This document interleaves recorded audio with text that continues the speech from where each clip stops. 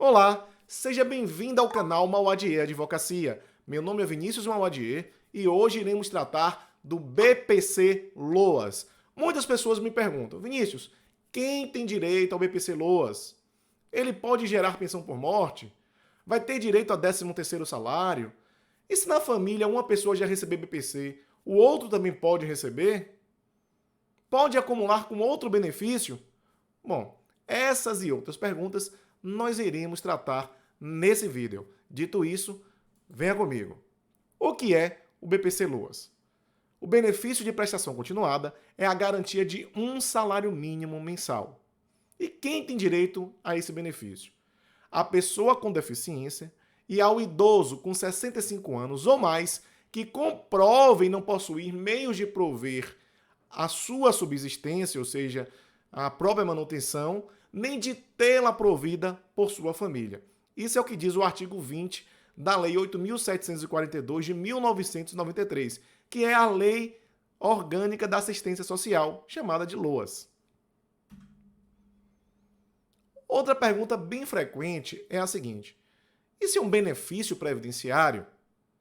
Pois bem, o BPC ele é um amparo social. A origem dele é de Seguridade Social. Vamos ao que diz a lei.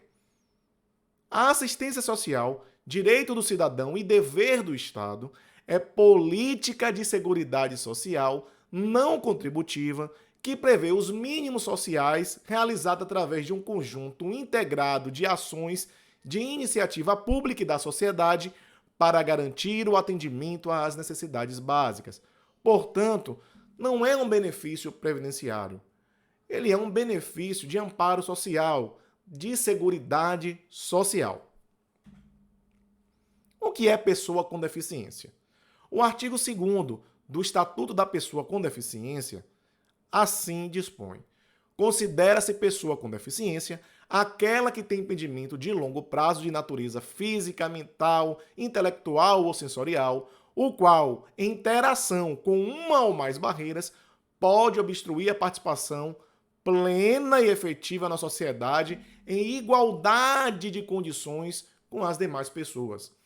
Bom, esse conceito também está previsto na LOAS, no artigo 20, parágrafo 2º. Impedimento e barreiras. Impedimento de longo prazo é aquele que incapacita a pessoa com deficiência para a vida independente e para o trabalho pelo prazo mínimo de 2 anos. E barreira?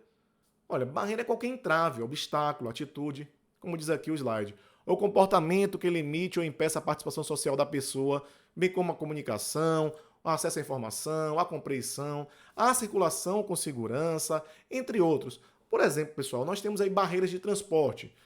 Exemplo, falta de um transporte público adequado. Uma barreira de comunicação, aquela que afete a audição, a fala, a escrita, a leitura, a compreensão. Ou então uma barreira física, arquitetônica, que vai impedir ou vai bloquear a mobilidade, né, a movimentação no ambiente ou o acesso da pessoa. Então, comprovando que existe também o impedimento de longo prazo e uma barreira, já é o suficiente. Grupo familiar. A família, de acordo com o parágrafo 1º, artigo 20 da LOAS, ela é composta pelo requerente, o cônjuge ou companheiro, os pais, e na ausência de um deles, a madrasta ou padrasto, os irmãos solteiros, os filhos e enteados solteiros e os menores tutelados desde que vivam sob o mesmo teto. Então, esse é o grupo familiar. E por que isso, Vinícius? Porque esse grupo familiar vai ser usado para a renda do cálculo do BPC, a renda do grupo familiar. E como é que é feito isso? Somam-se todos os rendimentos do grupo familiar e divide-se pelo número de integrantes, fazendo uma média per capita, ou seja, por cabeça, de cada um membro da família. Se o resultado dessa média for igual ou inferior a 1/4 do salário mínimo vigente, então é possível dizer que o grupo familiar não possui condições de manter o sustento do idoso ou da pessoa com deficiência. Hipossuficiência econômica. Dispõe o artigo 20, parágrafo 3º da LOAS, que terão direito ao BPC a pessoa com renda familiar mensal per capita igual ou inferior a 1/4 do salário mínimo. Nós vimos no slide anterior justamente como é que é feita essa soma do grupo familiar para chegar ao resultado, né, da renda per capita. Entretanto, os tribunais já vinham relativizando esse critério de 1/4. E o próprio STF, está o destaque aqui na tela, ele declarou inconstitucional o critério absoluto de 1/4 do salário mínimo vigente da renda per capita, assim permitindo a análise de outros elementos que identifiquem a renda per capita familiar. Entretanto, quando ainda existir outros parâmetros, outros elementos, aplique-se o critério de 1/4.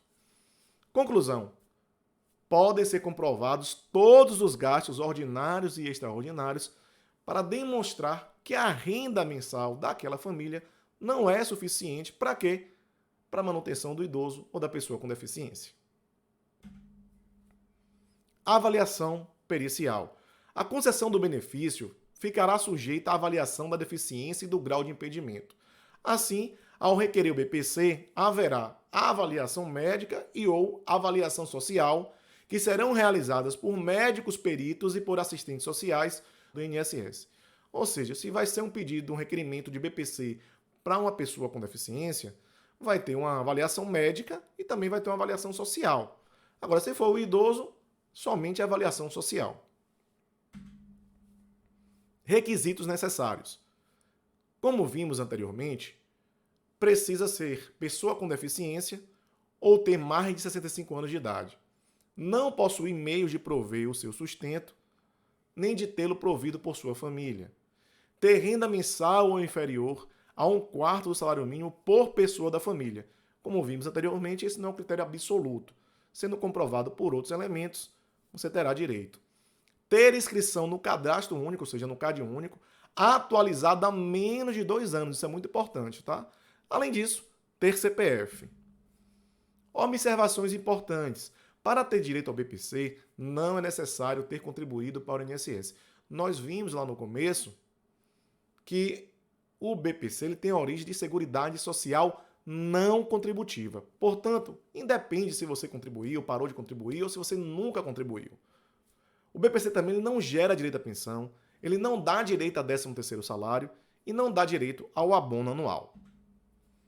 Perguntas e respostas frequentes. O BPC pode ser concedido a outro membro da família? Olha o que diz o parágrafo 4º da LOAS. O benefício de prestação continuada ou benefício previdenciário no valor de até um salário mínimo, concedido a idoso acima de 65 anos de idade ou pessoa com deficiência, não será computado para fins de concessão do benefício de prestação continuada a outro idoso ou pessoa com deficiência da mesma família. Portanto, a resposta é positiva. Sim, pode ser concedida a outro membro da família. A renda do filho casado que reside na mesma residência será computada? Não, pessoal. O parágrafo 1º da LOAS diz que, para os efeitos do disposto na lei, família é composta pelo requerente, cônjuge ou companheiro. Olha lá o destaque. Os filhos e enteados solteiros. Portanto, se o filho é casado, é divorciado, ele não vai entrar na renda, na análise, no cômputo da renda per capita daquela família. Os rendimentos decorrentes de estágio supervisionado e de aprendizagem serão computados para o cálculo da renda? Não. Do mesmo modo, os rendimentos decorrentes de estágio supervisionado e de aprendizagem não serão computados para fins de cálculo da renda. Então, aquele filho que recebe uma bolsa não vai ter esse valor computado na hora de fazer a renda per capita. O BPC pode ser acumulado com outro benefício? Olha só, a regra geral é não. O benefício de que trata esse artigo não pode ser acumulado pelo beneficiário com qualquer outro no âmbito da Seguridade Social ou de outro regime. Pouco importa. Agora, existe uma exceção, salvo os da assistência médica e a pensão especial de natureza indenizatória. Eu coloquei até aqui um exemplo. A pensão especial devida ao Zika vírus. A Lei Federal número 13.985 do ano 2000 instituiu a pensão especial destinada às crianças com síndrome congênita do Zika vírus, nascidas entre 1º de janeiro de 2015 e 31 de dezembro de 2019, beneficiárias do BPC, ou seja, essa pensão é mensal, vitalícia, intransferível e terá o valor de um salário mínimo. Então, esse é um exemplo de que a mesma pessoa recebendo BPC-LOAS, ela pode sim acumular com uma pensão especial de natureza indenizatória. Há alguma possibilidade do cônjuge ou companheiro de quem receber BPC ter direito a uma pensão por morte? Como nós vimos, o benefício, o BPC, ele não vai gerar diretamente uma pensão por morte.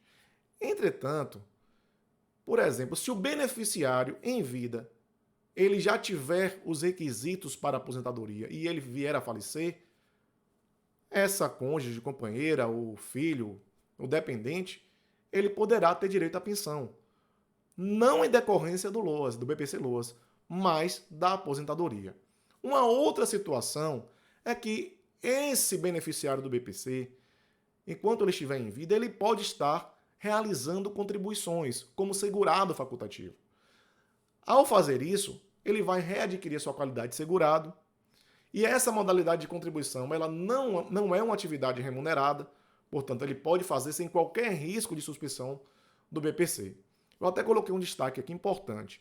O benefício de prestação continuada será suspenso pelo órgão concedente quando a pessoa com deficiência exercer a atividade remunerada, inclusive na condição de MEI. Por isso é muito importante a forma de contribuição correta. Então, já tive casos de um cliente, ele está recebendo o BPC e fazer contribuição como autônomo. Então, vai presumir que tem trabalho. Se tem trabalho, o benefício vai ser suspenso. Então, a maneira correta de contribuição é como segurado facultativo. E a alíquota? Nós sabemos que a alíquota para poder ser do segurado facultativo, ela pode ser 5%, 11% ou 20%. Nesse caso, que se trata de um beneficiário de BPC-LOAS, deve ser feita de 11% ou 20%. Por que isso, Vinícius? Está aqui na tela. O beneficiário do BPC não pode contribuir como segurado facultativo de baixa renda, utilizando a alíquota de 5%, uma vez que não é microempreendedor individual, ele não é MEI, nem se enquadra naquela condição de segurado facultativo sem renda própria que se dedique exclusivamente ao trabalho doméstico no âmbito de sua residência. Aqui não é empregado doméstico, até porque empregado doméstico também não pode pagar 5%. Então, como ele não se enquadra nessas duas modalidades, ele não pode contribuir como baixa renda pagando 5%. Então ele vai optar se vai pagar por 11% ou 20%. E qual é a minha opinião? Eu entendo e coloquei aqui que o mais adequado seria 11%. Por quê? Porque se ele está requerendo o BPC, alegando a situação, como a lei diz, né, de miserabilidade, e ele vai passar a pagar 20%, então não vejo isso com bons olhos, apesar de que pode ter alguém com opinião diversa. Dito isso, chegamos ao final. Se você curtiu, deixe o seu like, faça a sua inscrição, ative as notificações, compartilhe esse vídeo com seus amigos, com seus vizinhos, para levar informação. Um fraterno abraço, fiquem com Deus e até o próximo vídeo.